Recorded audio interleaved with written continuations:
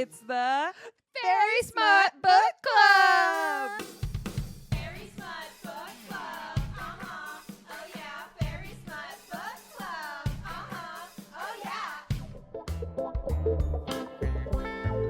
It had been 2 months since Tamlin had proposed, 2 months of enduring presentations about flowers and clothes and seeing arrangements and food. I had a small reprieve a week ago, thanks to the winter solstice, though I traded contemplating lace and silk for selecting evergreen wreaths and garlands, but at least it had been a break. 3 days of feasting and drinking and exchanging small presents, culminating in a long, rather odious ceremony atop the foothills on the longest night to escort us from one year to another as the sun died and was born anew. Or something like that. Celebrating a winter holiday in a place that was permanently entrenched in spring hadn't done much to improve my general lack of festive cheer. I hadn't particularly listened to the explanations of its origins, and the Fae themselves debated whether it had emerged from the winter court or day court. Both now claimed it as their holiest holiday. All I really knew was that I'd had to endure 2 ceremonies, one at sunset to begin the endless night of presents and dancing and drinking in honor of the old sun's death, and one at the following dawn, bleary-eyed and feet aching to welcome the sun's rebirth. We've all been to that church service. Oh, yeah.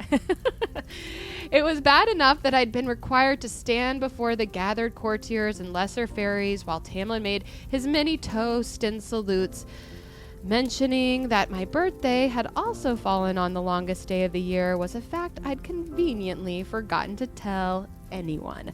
I'd received enough presents anyway, and would no doubt receive many, many more on my wedding day. Ooh. I hate presents. Oh my gosh, you're like a whiny little baby. I had little use for so many things.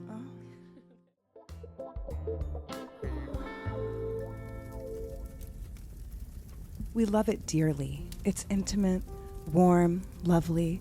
Presents and music and food, sometimes feasting under the starlight. The opposite of the enormous, wild, days-long party I'd been subjected to last year. But presents. I had to buy presents for all of them.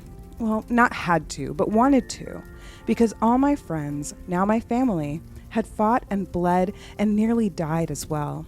I shut out the image that tore through my mind. Nesta leaning over to a wounded Cassian, the two of them prepared to die together against the King of Highburn, my father's corpse behind them. I rolled my neck. We could use something to celebrate.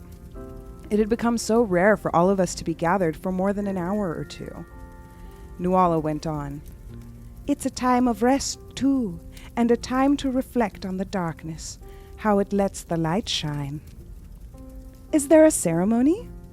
The half-wraith shrugged.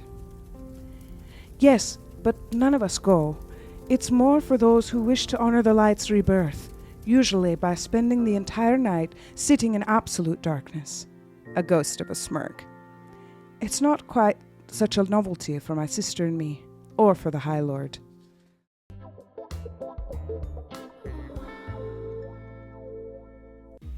Cake before dinner was utterly acceptable on Solstice, Reese informed me as we set aside our plates on whatever surface was nearest in the living room, especially before presents.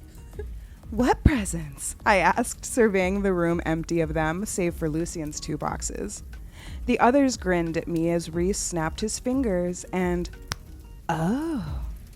Boxes and bags, all brightly wrapped and adorned, filled the bay windows. Piles and mountains and towers of them. Moore let out a squeal of delight.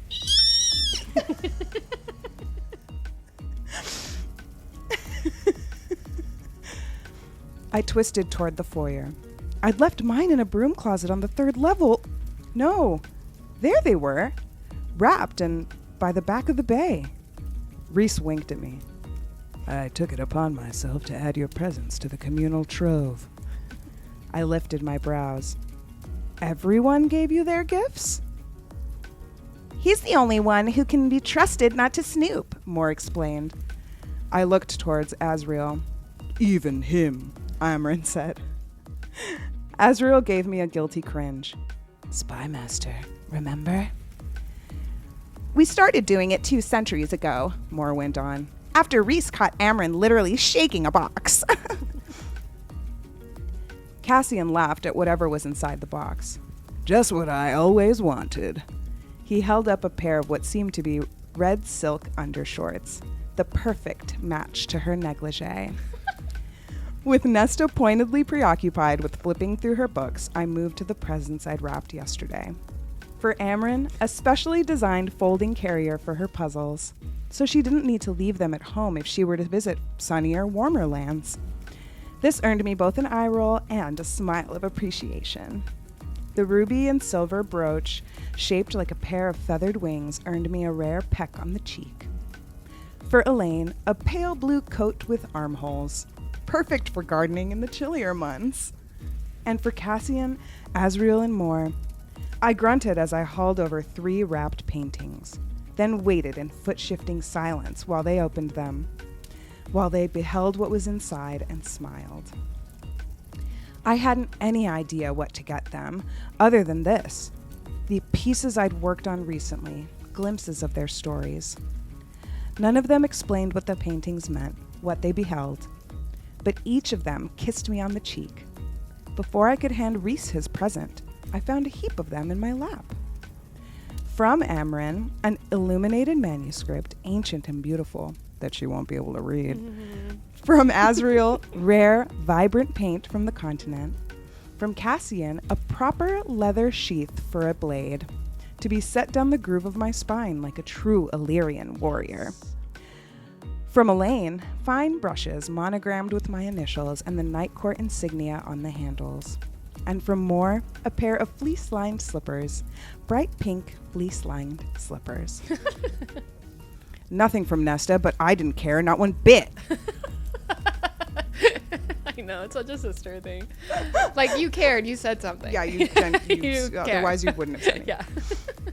The others passed around their gifts, and I finally found a moment to haul the last painting over to Reese. He lingered by the bay window, quiet and smiling. Last year had been his first solstice since Amarantha. This year, his second.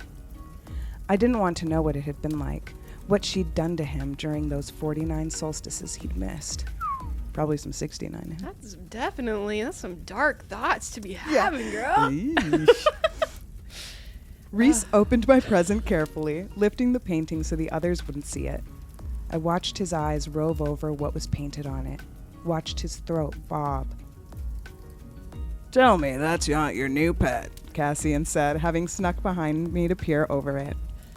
I shoved him away. Snoop! Reese's face remained solemn, his eyes star-bright as they met mine. Thank you. She's like, I gave you me. I gave you What me. a nice gift. All of me.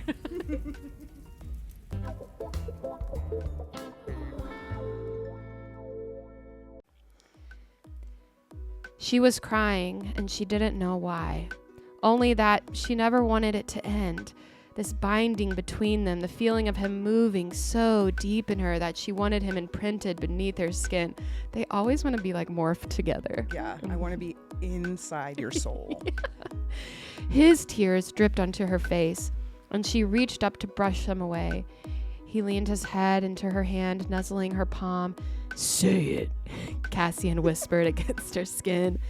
She knew what he meant. Somehow, she knew what he meant. Nesta waited until he thrust again, driving as deep into her as he'd ever gone, and whispered, "You're mine." He groaned, thrusting hard.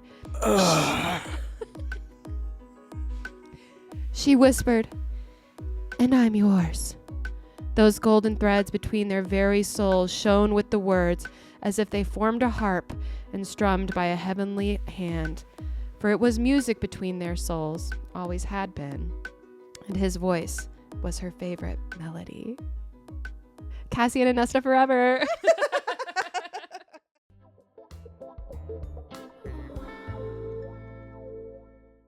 Hi, Bianca. Hi, Steph. Hi.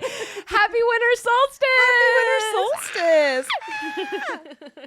Yeah, today we have a special episode. We're celebrating what is celebrated in almost the entire A Court of Thorns and Roses series. Yeah. Winter solstice. Sarah J. Maas is a Christmas bitch. She is. She loves Christmas. Sorry, I called you a bitch. But she's ours. She's our bitch. And she loves Christmas. You can just tell from these books. Absolutely. We don't really start to hear about the winter solstice until book 2, A Court of Wing and Ruin. But like from that moment on, kind of everything circulates around winter solstice. Yeah. It's a marker of time. It's a marker of time. It's also sort of like their New Year's, right? It's like the longest night. Yeah. Like, I don't know enough about the tradition of solstice. Yeah. I don't know, like, kind of historically the winter, like, solstice, but we learn as Feyre learns a little bit, like, what this is like. Like, she first hears about it at the spring court.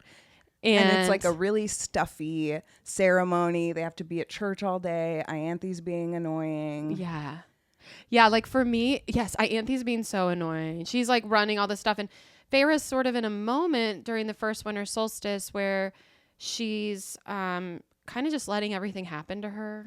Yeah, she's very depressed. This is after she's been made and they have their first solstice. And Ianthe comes out of nowhere, all of us. Oh, because she had been in hiding during the Amarantha's reign. So then, yeah, Feyre's kind of like very subdued. She's not really taking any ownership of her life. Yeah, she's letting Ianthe like pick out all this stuff for her wedding and like get all this stuff going. And I'm like, of course, girls planning a wedding when Christmas is around the corner. She has to party plan. She's a party planner. But you can tell like Ianthe's sort of like planning what she'd want for herself. Yeah. She's definitely taking advantage of the wedding to bolster her own ego, it seems, or to try to like get a foothold in the court and have a say in the spring court. It reminds me a lot of like when I love watching like Tudors, and it's always like the king's mother who like wants to stay in control when when they're about to get married, like that's the vibes Ianthe gives me, is like the king's mother who wants to still pull all the strings but really isn't in the lead seat, and Feyre's just sort of letting her do it. Yeah, I think Ianthe is doing all of the things that Feyre has no will or energy to even try to do. And it's a way for Ianthe to remain powerful, to keep some power and to stay in Tamlin's ear. Yeah. It also is giving like the spring court's winter solstice is giving like, for me, like early 90s Christmas vibes where like we were at church every Christmas Eve. We had to go to the candlelight service. Yes. And the candles had those little like paper skirts. Yes. And the wax would be falling and you'd be like... Silent night. And everybody, like there'd always be a kid whose candle was out and somebody else with a giant flame. And everybody's paying attention to these candles because at any second, Aunt Tina's going to go up. She's going up in flames. Yes. She's wearing so much hairspray. For sure. We just had the Christmas lasagna. You're a little full. You're sleepy. There's incense in the church. Yeah. It's kind of dim, or it's like lit with candles instead of like the full lights. Yeah. And then it's also giving like when Christmas would fall on a Saturday, then I'd have to go to church Sunday morning before we would like open our gifts or anything. Yeah. Oh, that's tough. Yeah. So I kind of relate to Feyre a little bit with but she does, like, you can tell she's unhappy. Like, she's getting doted on. She's getting tons of gifts. Like, even Tamlin, I think, gets her, like, a new paint set or something. And she's He's always getting her new paint sets. He's like, please, this is the thing you like. Right? I did good, right? You like paints? Please? Sounds like a dude thing to do, is to be like, I did good, right? You like paints. It's like... So I love penguins, and people who don't know me super well get me penguin stuff. Yeah. And like that's I feel like that's what, you know, he's like, the one thing I know about you and the only other interest you've shown around me is paint. Yeah. So here's paint. Yeah, and she can't do it. We find her at a low point. So then we kind of find Feyre. We hear about winter solstice again from Nuala. Nuala then tells her like how the night court sort of celebrates, and they're way more chill. That's teenage Christmas. Yeah. That's like college Christmas. You don't have to go to mass. You can get kind of turned at dinner and nobody really gives you too much of a hard time because you're an adult already. You're like, yeah, we're going to get to each other tons of gifts. Yeah. Yeah, you got your first job, all your income's disposable, so you're like, let me shower the family in gifts. Yeah. I also like to, like, it does feel very family, like they all come to the house for the holidays and the night court. Yeah. It also, the way, like, some of the moments where Feyre's like shopping and buzzing about town, looking for gifts for everyone. I like love those scenes. Those scenes remind me, speaking of like 90s Christmas, it reminds me of like movie Christmas, you know, bustling with the bags and there's twinkle lights and it's cold and I have to get a hot chocolate and like Carol of the Bells is playing. Da, da, da, da. Yeah. Yeah. There's so much like ching, ching, ching, ching, ching in the background. There's so much silver bells, you know? Yeah, and so we get the kind of night court traditions. One thing I like that they say is like, I hope we have a white solstice. But one thing I wanted to kind of talk about is like we're coming into these winter solstice celebrations. So the first one we see in Mist and Fury, and the next one we see Wing and Ruin is at the townhouse.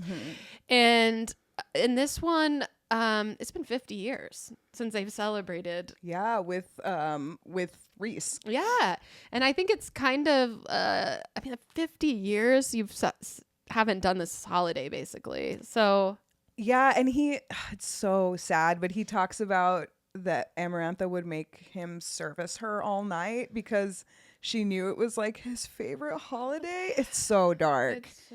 That's so messed up. Like the only sanity he could keep was not letting her see those winks. Yeah. Like, these are for my mate. These are for my mate. Ugh. Yeah. It's pretty bleak. Yeah. So I just can't. We don't talk about it. We deal a lot with sort of Feyre's vibe, which is that she's been going through this depressive state. She's finally starting to come out of it. She's painting again by this winter solstice. And she's famously painted her darkest self. That's right. She paints what she saw in the outer boroughs, right? The Ouroboros. Or the yeah. Ouroboros. I was like, the outer boroughs? Yeah, the outer boroughs is in North Carolina. The Outer Banks? The Outer Banks. Outer boroughs makes me think of like New Jersey. Oh, okay, yeah, outer boroughs, New Jersey. Something outer is happening. Yeah, the Ouroboros. Yes, I was gonna say the Borealis. The Borealis. Yeah, yeah. She. Yeah, I think that's that. This is like the holiday that I think was like pretty fun to watch her kind of experience this sort of family tradition that she hasn't had before. Yeah, and it's not like they were having super fun Christmases below the wall when they were humans. Yeah, do we find out what they were? Did they celebrate like Christmas below the wall? Is Christ a thing? Christ the Redeemer a thing Christ in the Redeemer human world? In the human world. Yeah, I don't know if this is BC or AD. You know? Yeah, I don't know. No one's talking about it. I think they do mention that like the humans don't really have any like religion or they're rights that way. I see. RITES. The other thing I like about it is like I like the winter court. It sounds like the party wraps around 1 or 2. We get that in kind of the classic winter solstice book, and then we get that in Wings and of Silver Flame. It also wraps around 1. Nesta gets tired around 1. Yeah. And thinking about like, so in Hispanic families, Christmas Eve is like the marathon night. Like that's the night everybody goes over to like the one aunt's house or to your grandma's house, and the kids are going nuts. It's Nochebuena in Mexico, and so a lot of families will open presents on Christmas Eve. The way we would do it is we would go to my aunt's house and we would make tamales, and there would be like a really serious kind of assembly line going of like making the masa and spreading it on the corn leaves and assembling the tamales. And my Aunt Anna was Are always... you all in the room together doing this? Yeah, this is like the formal dining room has been turned into a workstation. Like there's a plastic... How fun. there's a plastic cover on the table and everybody's working. And like the kids are either helping or out of the way. Yeah. No in between. And if you do not talk unless spoken to. There's a famous story where like all the aunts were like kikiing and joking and having a good time, and my Aunt Anna was like, "Is nobody working?" Like she came in and was like, "What are we doing? You're having too much fun." Yeah, this is kind of reminds me of I think Frost and Starlight when Cassian and Feyre are like, get drunk and they're supposed to be decorating. They're trying to decorate. Yes, it's very that. There's always one aunt or relative that's actually does all the work, and everyone else is just messing around. They're just goof around. Yeah. Totally. But then we would pause the tamale making. We'd go to midnight mass. I would fall asleep halfway through mass, wake up back at home because I would have been carried out of the church. Oh, so nice. Oh, that's fun. Is it pretty? Is there like lots of laughter and fun? Yeah, and that's it's the so vibe? boisterous and loud, and like there's the warm glow of the Christmas tree and all the decorations and stuff. Well, that's what I wanted to ask. Is I mean, you're a Texas girl, so Mm-hmm. something that Feyre expresses early on is she's like, I can't celebrate a winter holiday in a warm weather. I'm Yeah. like, been in some warm weathers during some holidays, but yeah, what's it like growing up in the? Yeah, I mean, Christmas oftentimes is a crisp 60. Sometimes it gets cold. It gets cold at night. Windbreaker. Yeah, you get your Christmas windbreaker out. You wear your chunkiest Christmas sweater, and that's about it. You're sweating so much by midday because you're overdressed. But you still cling on to the fantasy. So there's like an element of like some Christmas sweaters. People are wearing Christmas pajamas, whatever it is. But yeah, it was usually pretty warm. My mom taught Sunday school for a little bit, and her class, they were like preparing for First Holy Communion. So they're like first graders. And her class prayed for snow one year, and it did snow on Christmas. It was really sweet. That's really It was a little Christmas miracle. And I always wanted to build a snowman. There was never enough snow, and it would all be like mostly rocks and stuff. Trying to like gather it because I'm from the desert, and so it'd be like kind of mud, kind of snowman. A little dirt man. A little dirt snowman. Yeah. Did people go all out decorating their houses with lights, or is it a different vibe? Okay. No, but there's like, especially in El Paso, Texas, where I'm from, there are a couple of neighborhoods that are like, you go and you look at all the lights because everybody goes all out. Luminarias are really big in El Paso, which are they're paper bags filled with like sand to hold them in place, and then little votive candles in them.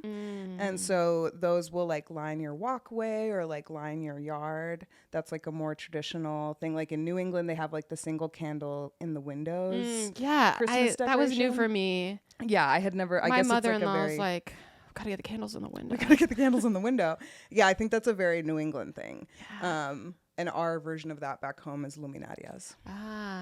Yeah, that's one thing when I moved to New England, I was like, oh, like this is really Americana style homes. They have so many little windows in so many of their homes that I'm like, yeah, it's not particularly my favorite style.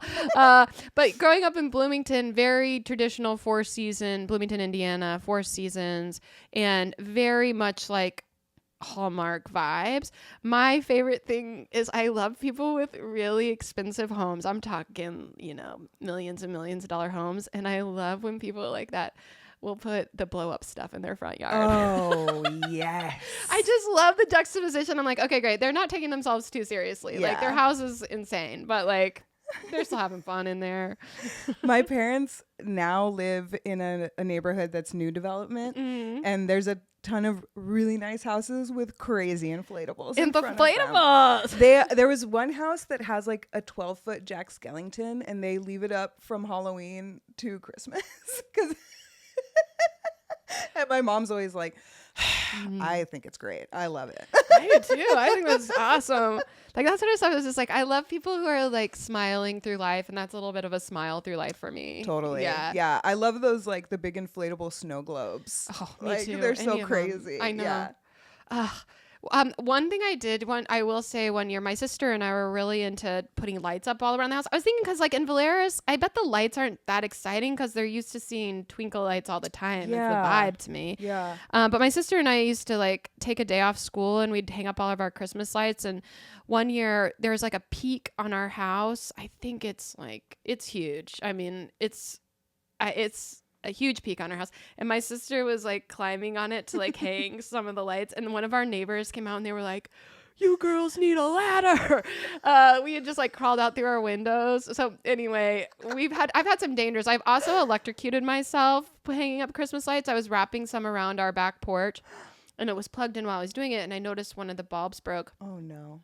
And I was like, I couldn't like, get "Let it me out. lick it." I was like, I couldn't get it out. I was standing in the snow. Couldn't get it out. So I go, Stephanie. and I woke up in the snow and my mouth was like numb. I mean, I was in high school. I was a high school morn. I'm so glad I'm alive. Yeah. I was legitimately electrocuted.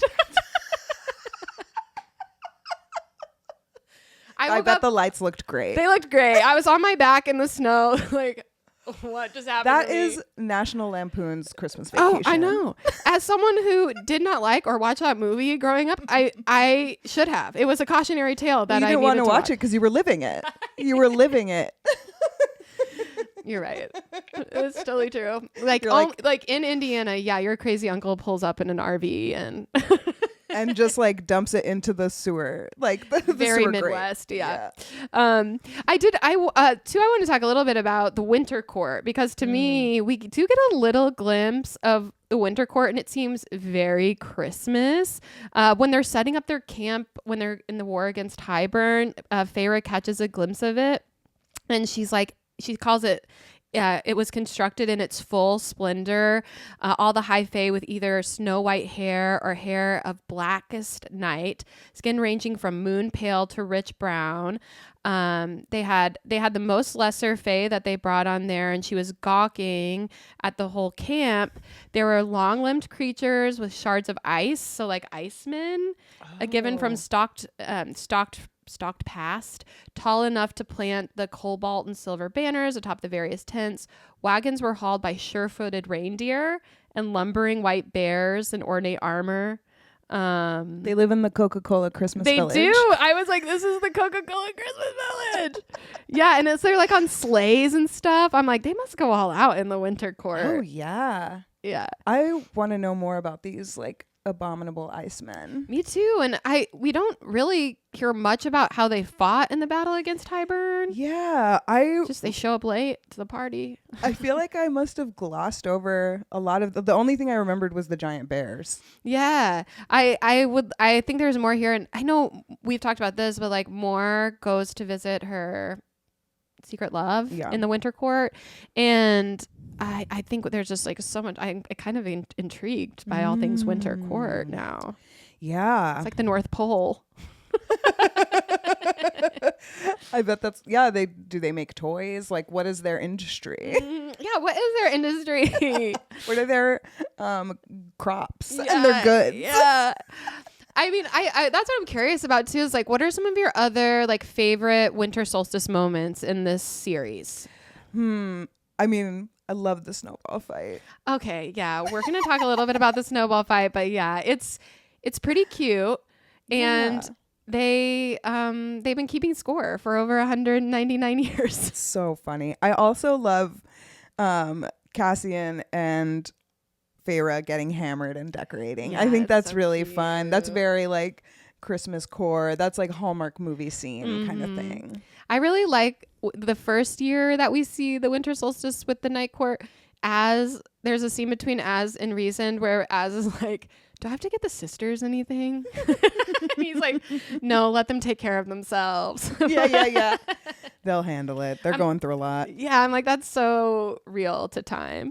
Yeah. The other thing we talked about is in the spring court, they mentioned that the tithe is always around the corner. And I was like, yeah. And around the holidays, you're also like tax season, just a few months away. Yeah, you're closing up the books. You're closing out your fiscal year, getting ready for the next year. And there is, even in Frost and Starlight, Feyre has that moment where she's like, I was going through our bedroom and it's a mess. And she's like trying to go through the ledgers and stuff to like balance the books. She's like, our coffers are full. Yeah, our coffers are overflowing and yet Reese is still spending too much money. And that's the book that he's like at the end. Well, that's her birthday one where she wakes up and she paints him naked like one of her French One girls. of her French girls, yeah. And with the charcoal that he gets her, so she's doing it again. And then okay, so here's my one qualm with the snowball fight. It seems to happen at different moments each year and conveniently for the story itself. So in the first time we see the snowball fight, they wake up, they have a loungy morning. Feyre draws Reason naked for her own birthday present. And then they go into breakfast, and then all of a sudden Reason gets pulled away by Cassie and Az, like surprises them and takes him away to go to the snowball fight. And Feyre's like, what are you guys doing? Have him back by dinner. And then that happens that way. And then the next year is the Silver Flame. Or wait, we see the start. I forget when we first see the snowball fight. All I know is the next time we see the snowball fight is when Cassian's like, I've got a snowball fight and now I have to bounce for 5 days because like this was too much for me after the mating bond was secured. That's Frost and Starlight. That's Frost isn't and it? Starlight. Yeah. Well, Oh no. that's Silver Flame. It is Silver Flame. That's what that happens to him. But in Frost and Starlight, it's the mind meld one. Oh. Yeah. Okay. So this is what I think. We just start to hear about the winter solstice at the end of A Court of Wing and Ruin. That's when Nuala explains it. Okay. And then we see like the full Frost and Starlight's like the full Is the next holiday episode book. And then we see the Silver Flame. So that's when we see the holiday again. Okay, yeah. So Yeah. we see Okay. 3 Christmases. Basically, I think we see 2 full ones. Because Frost and Starlight's coming off the end of the war ending. Right. We get a little taste of it. I think there are 2 like excerpt chapters at the end of A Court of Wing and Ruin that are setting up the Frost and Starlight mini book. Yeah. Okay. So I don't think we get like the full picture, but in Frost and Starlight, the gifts are like the gift scene's so fun to me. I love the gift exchange. Yeah.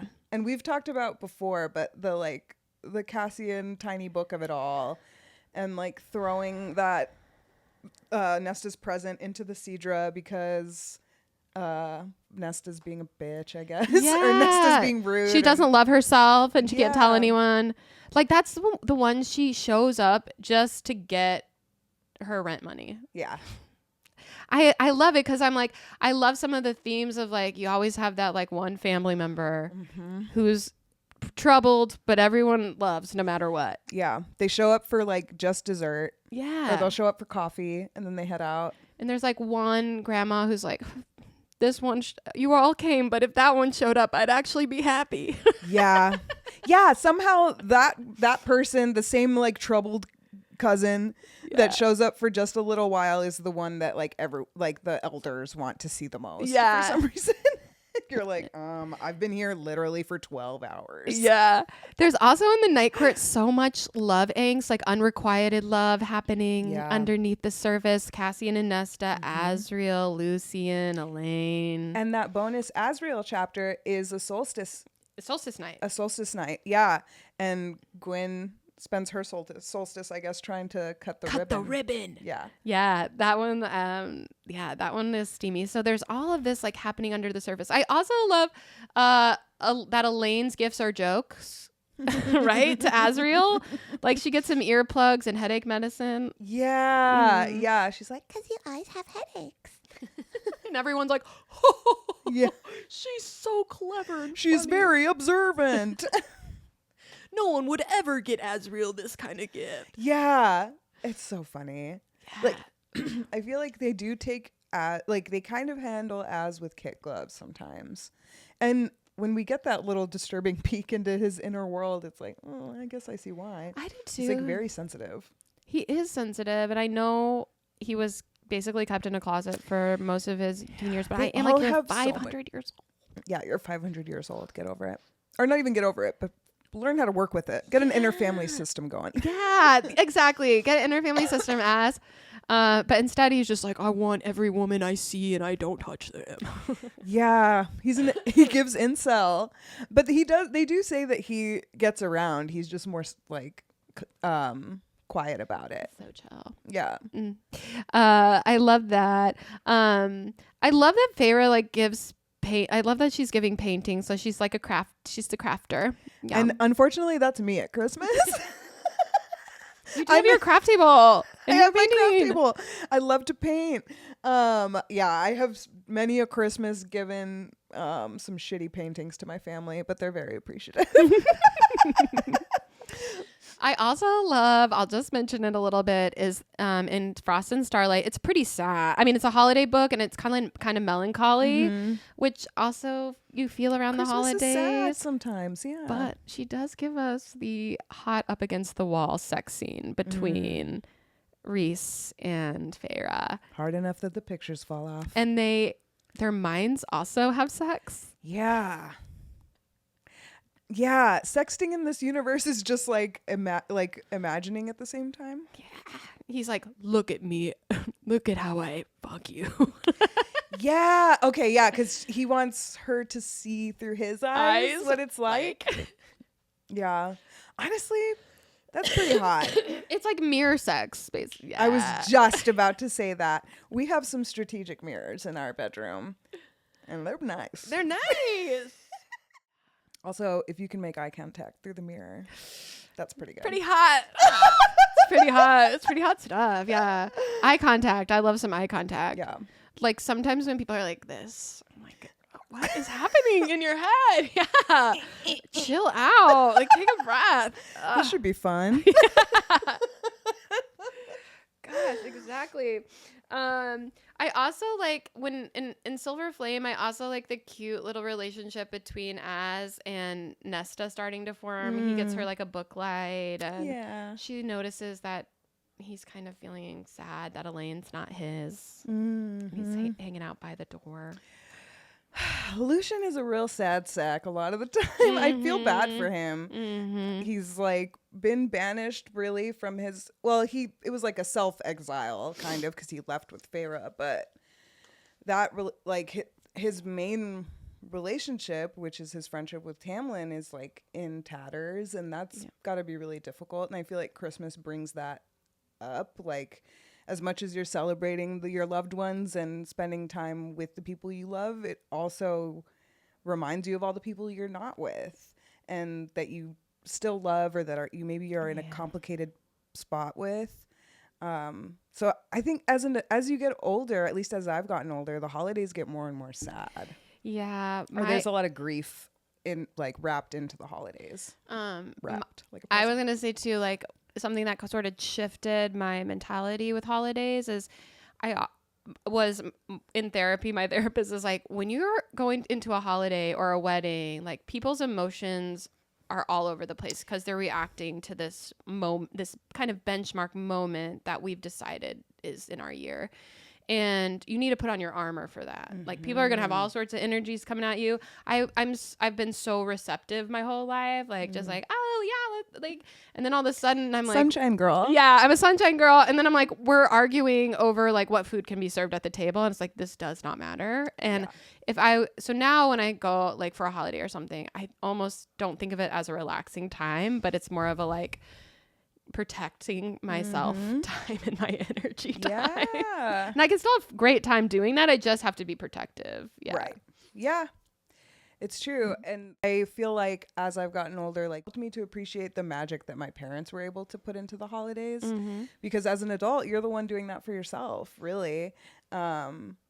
Like last year, my partner and I got a cat last year, and we weren't sure how she was going to handle the decorations, so we didn't decorate. And it was really sad. Fruitcake. Fruitcake. I bet Fruitcake would have liked. Monty, our cat, loves the tree. Like she'll sleep by it. I put her little cat tree by the tree, and like I catch her so many times with her paw outstretched on like the lights, like she's fallen asleep like that. That's so sweet.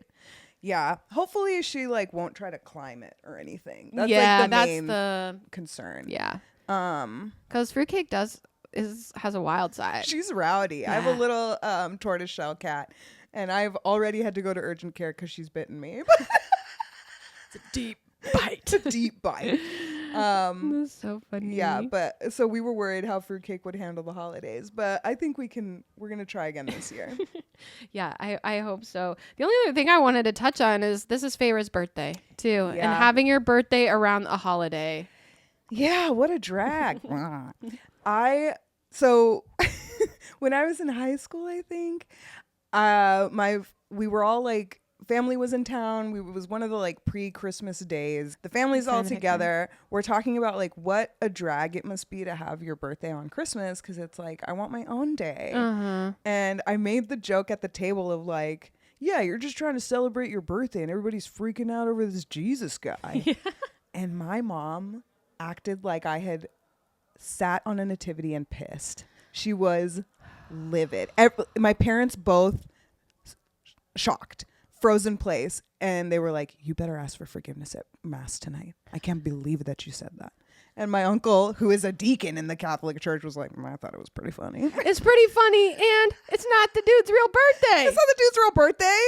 Can everybody relax? Yeah, Ugh. it's just a moment that some Roman Catholic decided this is the time of year we'll do this. This seems pretty good. It lines up with the pagan holiday, so why not? We'll let's just just do do it all it. together. Yeah. People are so precious about it, but I'm like, okay, well, all right, if we're a facts-based society too, which I don't know that we are, so I'll just let that drop. This has been going so fun. Anything else you want to just touch on before we open gifts here? I don't think I have anything else. Oh, I love that. I love that Varian comes to spend Christmas with Amryn. Yeah, he is the best He's side a good piece. boyfriend. He's Yeah. a great boyfriend. Like one of the scenes I love is like Nesta shows up and it's like it was Nesta at the door, dun dun dun, and then Feyre like takes Nesta into the room and everyone's dead silent, like oh my god she came, and she's like start talking. People start talking, and Varian's like, "Oh, in the summer court, and then it trails off. And I'm like, "Yeah, he's a real one. He knows, like, I got to break the tension, and I'm the non-family member. I have no connection to her. Yeah, Like, yeah. He's the hero boyfriend that like shows up, is like talking to the aunts, talking to the uncles. He's hanging out with grandpa. Yeah. You know, he's trying to keep the conversation moving. He's getting along better with the family than Amryn does. Yeah. You know what? And that's the boyfriend's job. That is, Especially if you're like kind of the like dour, kind of caustic yeah. person in the family. I don't know that I'm like dour and caustic, but I appreciate when Andy is like sweet and friendly, because sometimes I'm just not feeling it. I regress when I'm home. My Yeah. husband will literally like, I know exactly what you were like in high school. And I'm like, yeah, because even at the age I'm at, I'll be like, Mom, you're going to make me carry that up and down the stairs 3 times? Why didn't you ask me the first time I went upstairs? Can you just ask me everything you need at the same time?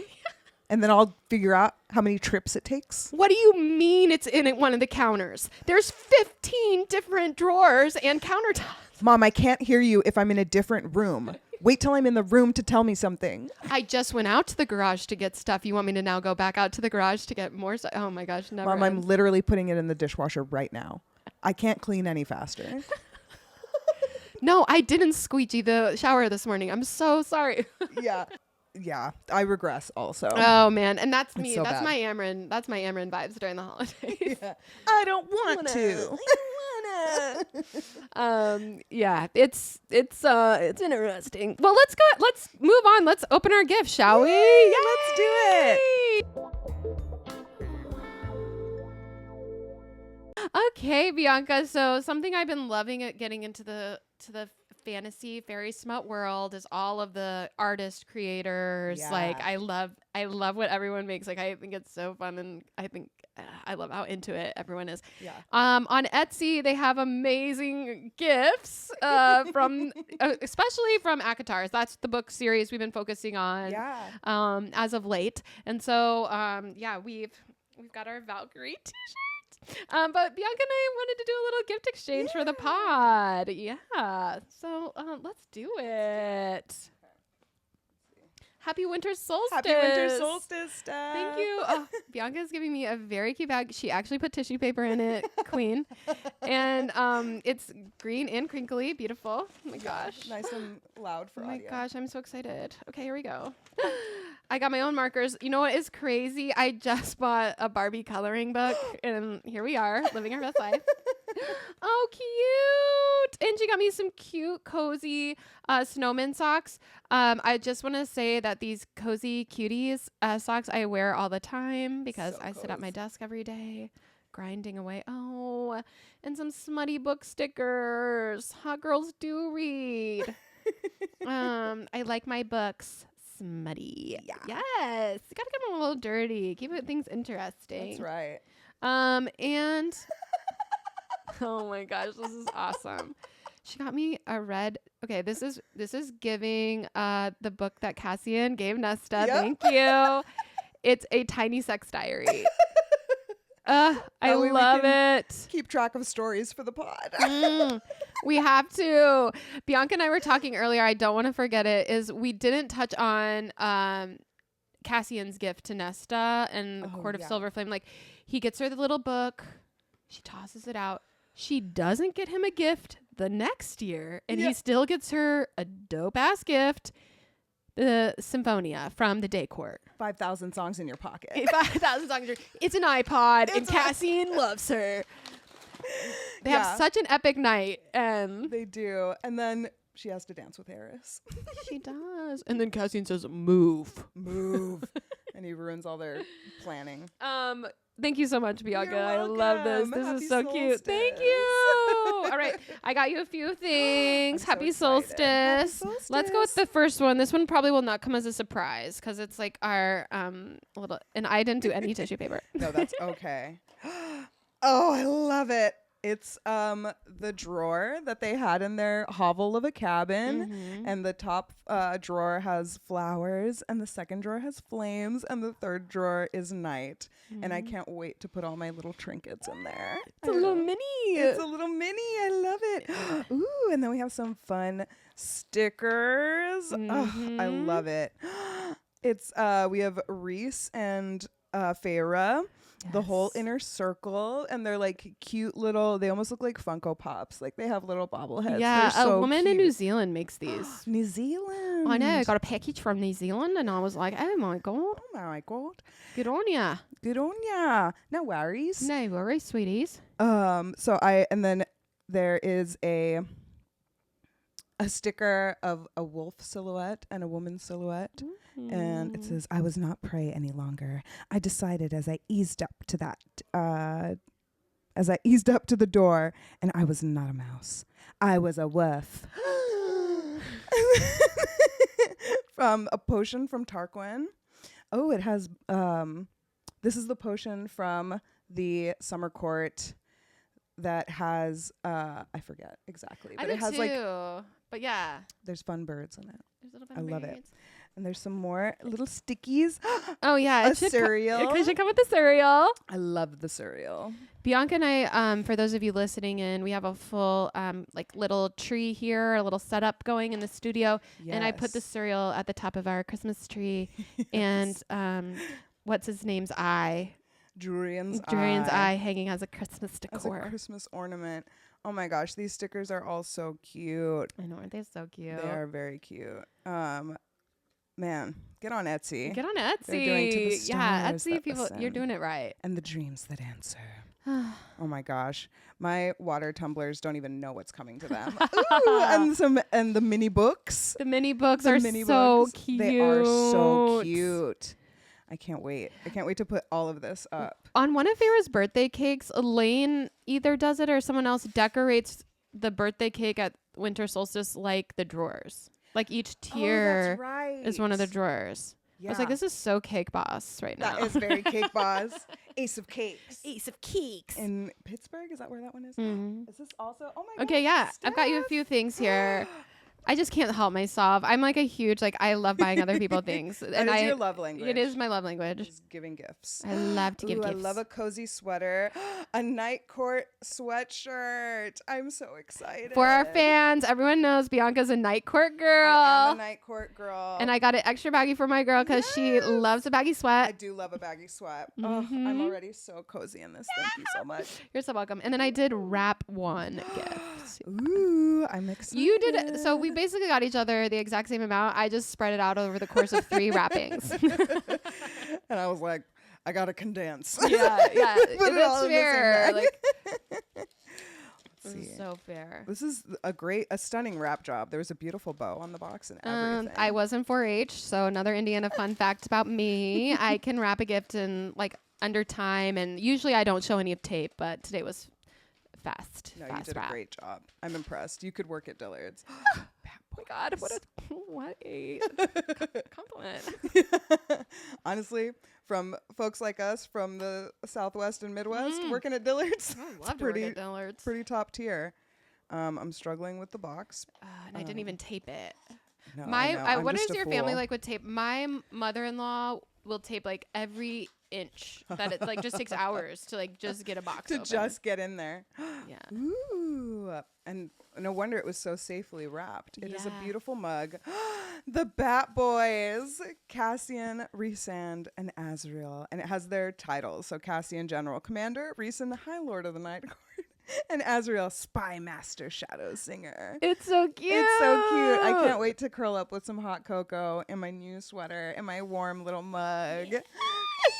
Thank you so much, Yes, Steph. you're welcome. Happy winter solstice. Happy winter solstice.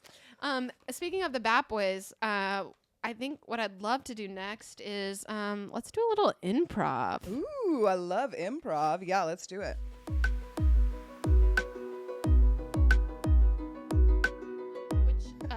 So Bianca, something we both love is the snowball fight every year that the Bat Boys be having. Oh, yeah. In the books we read, Azrael wins one, second year Cassian wins one. Yeah, just for our listeners out there, I have put a slide together from romantasy.realms on Instagram of all the Bat Boys in the sauna together, and they are hotties. They look really good. Yeah. All that working out is paying off. Yeah, that's snowball fighting. So what I thought we'd do is we're gonna pick a character and let's get into what's happening in the Bat Boy sauna post snowball fight. Post snowball fight. Who would you like to be? Oh, man. I'll be Azrael. Oh, Azrael. Okay, yeah, great. I'm going to go Azrael. Oh man, who do I want to be? I think. I mean, I love Cassian, but I feel like I gotta be Rhys. Okay, let's do it.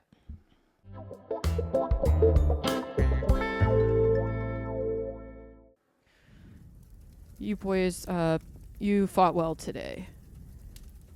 Thank you. As I'm a little, it's a little off-putting to me that you also had my idea and used ice in your snowballs. The shadows whisper many things to me, High Lord. Well, they didn't whisper you a win. Listen, brother. I do a lot of work throughout the year for you, and maybe I wasn't able to devote as much time to the snowball strategy as I would like to. Oh, I thought you were going to win this year. I think someone's getting a little distracted by all the fae around the house. Listen, brother, I'm doing my best to stay away from Elaine, but I can't help if she wants to spend time with me. Finally, you say her name. I know I've pushed the boundaries, but I don't care that she is Lucian's mate. I think the two of us could really have something special. But what about your mate, Az? Don't you want a mate? I think I could have as fulfilling a life with a lover. Besides, mating bonds are rare. And just because you and Cassian found 2 sisters, I guess that doesn't mean I have to have the third if that's not what the fates decided. Oh, God. Wait, do you smell that? Cassian. Oh, Cassian, are you thinking dirty thoughts? Oh, goodness, Cassian, I already had to sit through that dinner where Nesta slobbed on your knob. Can you not right now? Ugh. Man, I cannot even believe you did that at the House of Wind, Cass. Are you serious? Azrael, I'm so sorry, dude. I've been wearing earplugs for weeks. The ones that Elaine got me, actually. No, my goodness. I can't even. I bet your shadows wish they had earplugs. Well, my shadows are kind of freaky. They like it. So much roaring going on. Mm. I gotta admit, though, last year when I had sex with Vera against the wall and in my mind's wall, God. Oh, I can smell myself. Oh. I'm so alone. She's out there. The right one, I just know it. I have these feelings. Well, maybe I'll go down to Rosie's and Rita's. I'll go down to Rita's pleasure hall and find myself some partners for the night. Rosie puts good soles on my shoes, though. I like Rosie's. Yes, Rosie's an excellent cobbler. Excellent cobbler, yeah. No, but Rita's, yeah. I just don't even find a reason to need to go there anymore now that I have Farah. Oh, my God. I get it. You're happy. I am more than happy, brother. I know. I can smell it. See? Yay! Uh-oh. Well, that has been our winter solstice episode. Happy winter solstice, all you fairy smutters. Happy winter solstice. Thanks for listening to this week's episode of Fairy Smut Book Club. As always, a special thank you to Improv Asylum and Asylum Productions for their support, Kayla Hutchins for music, and executive producer Bo Segrist from Modern Exhibits. You can like, follow, and share clips from this episode on our Instagram and TikTok at Fairy Smut Book Club. You can also email us your thoughts and theories over at fairysmutbookclubpodcast@gmail.com. Bye, Bianca. Bye, Steph.